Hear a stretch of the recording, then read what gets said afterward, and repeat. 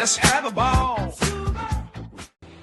Assalamualaikum warahmatullahi wabarakatuh. Izin mengenalkan diri, nama saya Yunida Sapitri dengan NIM 20242125 dari Prodi S1 Farmasi kelas D. Di sini saya akan menjawab soal UTS dengan mata kuliah Kewarganegaraan dengan dosen pengampu Bapak Ahmad Daro SOS MIP. Peran dalam menyikapi konsep ketahanan nasional di bidang pendidikan. Sebagai warga negara dan mahasiswa, saya berperan dalam memperkuat ketahanan nasional di bidang pendidikan dengan cara menumbuhkan semangat belajar, berpikir kritis, dan menjaga nilai-nilai kebangsaan. Pendidikan membentuk karakter dan wawasan kebangsaan yang kuat sehingga saya berusaha menjadi agen perubahan dengan berbagi ilmu, menghargai keberagaman, serta turut dalam kegiatan akademik maupun sosial yang membangun. Kebetulan saya tinggal berada di Kabupaten Tulang Bawang. Saya akan menjelaskan wawasan mengenai Kabupaten Tulang Bawang.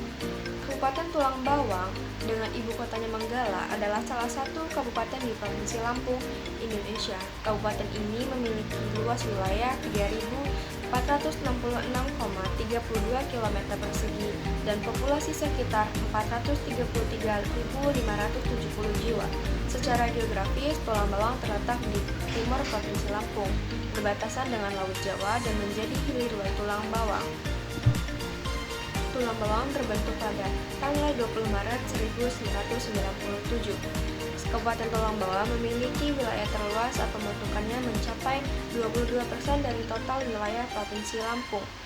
Wilayahnya memiliki topografi yang bervariasi mulai dari dataran rendah hingga bergelombang.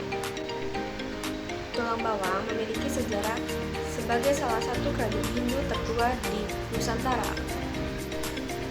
Beberapa peninggalan kerajaan Tulang Bawang yaitu seperti Prasasti Palas Pasemah, Prasasti Hara Kuning, dan Prasasti Batu Bedil masih dapat ditemukan.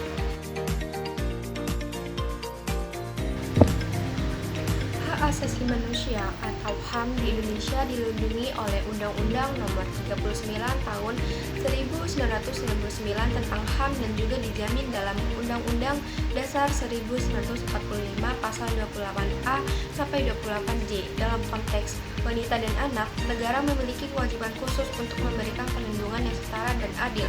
Berikut penjelasan mengenai hak wanita dan hak anak. Hak wanita, kesetaraan di hadapan hukum. Pasal 48 Undang-Undang HAM, wanita berhak atas perlakuan dan perlindungan yang setara dengan pria di hadapan hukum dan pemerintahan. Hak untuk tidak diskriminasi. Pasal 49 wanita berhak atas perlindungan dari segala bentuk kekerasan, diskriminasi, dan eksploitasi baik dalam rumah tangga, kerjaan, maupun masyarakat. Hak atas perlindungan ibu hamil. Wanita hamil memiliki hak atas perlindungan dan perawatan kesehatan untuk menjamin keselamatan ibu dan anak. Hak atas pendidikan dan pekerjaan. Wanita memiliki hak yang sama dalam memperoleh pendidikan dan pekerjaan tanpa diskriminasi berdasarkan jenis kelamin. Yang kedua, hak-hak anak. Hak hidup, tumbuh dan berkembang. Pasal 52-66 anak berhak untuk hidup, tumbuh dan berkembang secara wajar sesuai harkat dan martabat manusia. Hak atas identitas dan kewarganegaraan. Anak berhak memperoleh nama identitas dan status kewarganegaraan sejak lahir. Perlindungan dari kekerasan dan eksploitasi. Anak tidak boleh menjadi korban kekerasan, eksploitasi ekonomi ataupun seksual maupun perlakuan yang tidak manusiawi. Hak atas pendidikan dan perlindungan khusus. Anak berhak mendapatkan pendidikan dan perhatian khusus terutama jika mengalami disabilitas atau berasal dari keluarga kurang mampu. Saya berpendapat bahwa demokrasi di Indonesia telah membentuk pola pikir dan perilaku politik warga negara ke arah yang lebih aktif, kritis, dan partisipatif.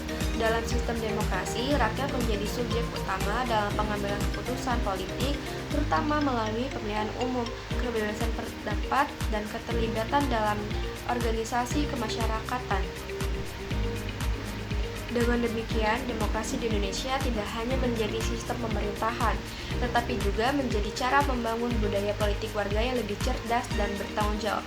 Namun tantangan masih ada seperti praktik politik uang, dan rendahnya literasi politik yang harus terus diperbaiki melalui pendidikan dan pengawasan publik.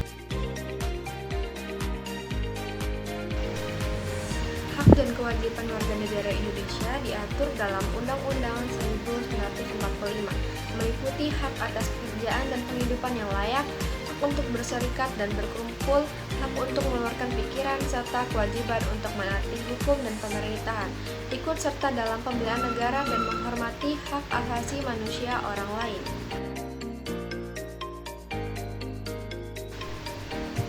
Negara adalah sebuah organisasi kekuasaan yang memiliki wilayah yang jelas, rakyat yang tetap, dan pemerintahan yang berdaulat baik secara ke dalam atau mengatur rakyatnya maupun keluar.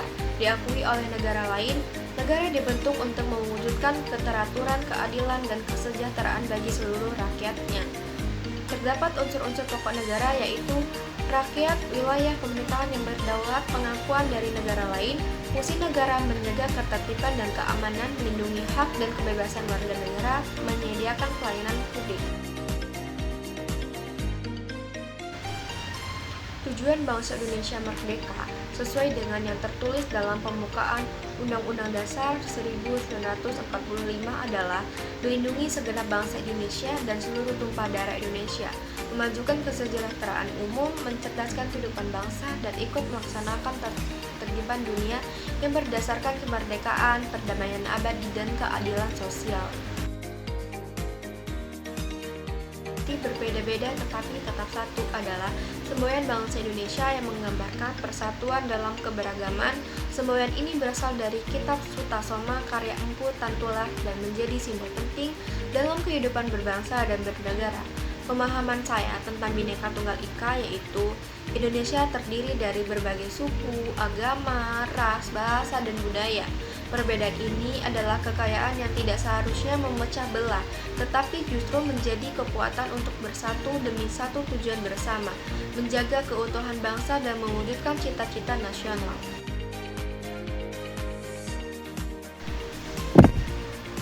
Sebagai mahasiswa, saya memiliki peran strategis sebagai bagian dari kaum intelektual yang berada dalam klaster generasi muda terdidik. Oleh karena itu, saya dituntut untuk cerdas, kritis, dan aktif dalam kehidupan berbangsa dan bernegara karena beberapa alasan penting berikut.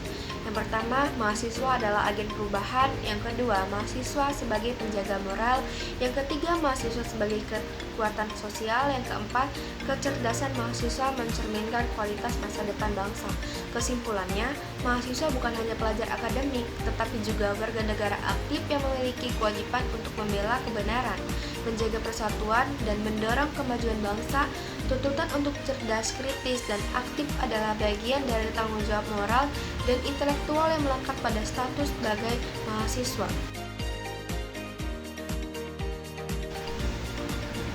Civil society atau masyarakat madani adalah kelompok masyarakat yang mandiri, aktif, dan berperan sebagai penyeimbangan antara negara dan rakyat. Dalam masyarakat madani, warga negara memiliki kesadaran tinggi terhadap hak dan kewajiban, serta mampu menyuarakan kepentingan umum tanpa harus tergantung penuh pada negara. Narasi saya tentang civil society, masyarakat madani adalah pilar penting dalam kehidupan demokrasi. Di dalamnya terdapat organisasi kemasyarakatan seperti LSM, media independen, komunitas pendidikan, kelompok keagamaan, dan forum diskusi yang tumbuh dari inisiatif masyarakat sendiri.